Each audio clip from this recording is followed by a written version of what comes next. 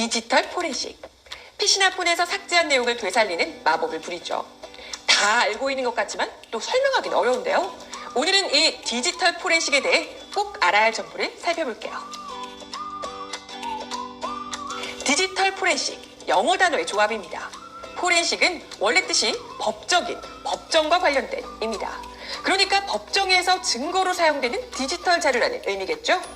또 포렌식은 국내에서 법의학으로 해석되기도 하는데요.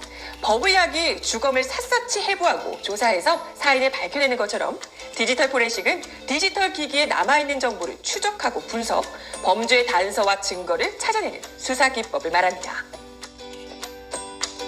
기업 비리가 터졌습니다. 과거에는 책상 서랍 안에 있는 장부나 수첩을 뒤졌죠. 그러나 요즘에는 하드디스크와 메모리 카드를 찾는 게 우선입니다. 또 사건 관련자들의 핸드폰과 PC는 기본. 경찰들은 이런 디지털 기기를 압수한 뒤 디지털 포렌식 수사를 진행합니다. 디지털 기기 안에서 삭제한 파일을 복구하는 거죠. 고의로 지운 문자 메시지, 통화 기록, 사진, 동영상까지도 복원할 수 있습니다. 그뿐인가요?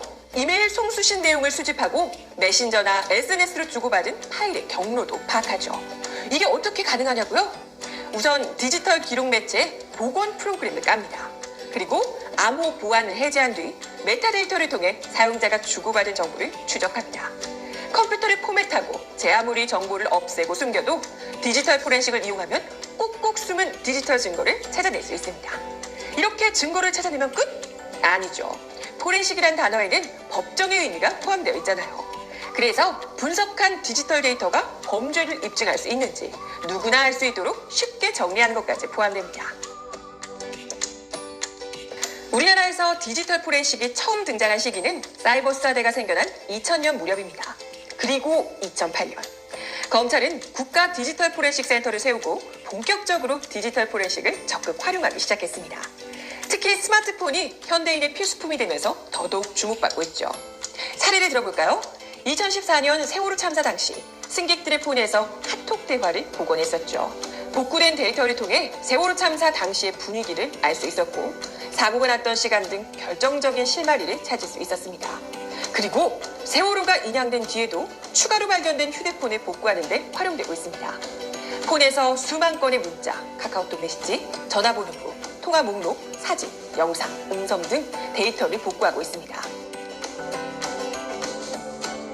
디지털 포렌식이 법정에서 직접 증거로 인정받게 된 건 2016년입니다. 형사소송법이 개정되면서 디지털 포렌식 자료도 DNA, 지문, 혈흔 분석 등과 마찬가지로 과학적 증거의 하나로 인정할 수 있게 됐습니다. 즉, 법정에서 피의자가 부정해도 빼박 증거로 인정된다는 거죠. 그 대표적인 예가 최순실의 태블릿 PC입니다. 검찰이 최순실의 태블릿 PC에서 증거를 찾았잖아요. 그런데 만약 2016년 이전에 국정농단 재판이 열렸다면 최순실이 그 태블릿 PC 내 거 아닌데? 이 한마디 하면 증거 능력이 인정되지 않을 수 있어요.